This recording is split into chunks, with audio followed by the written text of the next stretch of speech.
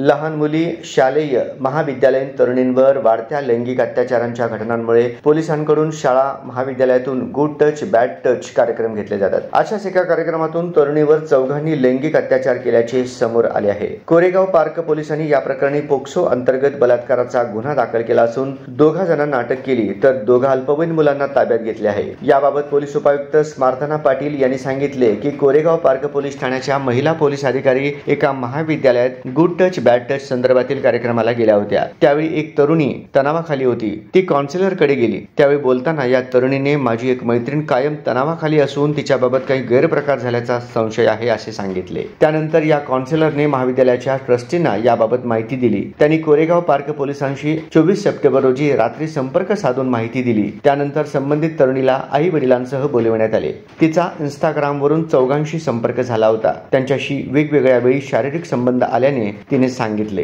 ही तरुणी अल्पवयीन असल्याने पोक्सो अंतर्गत गुन्हा दाखल करण्यात आलाय।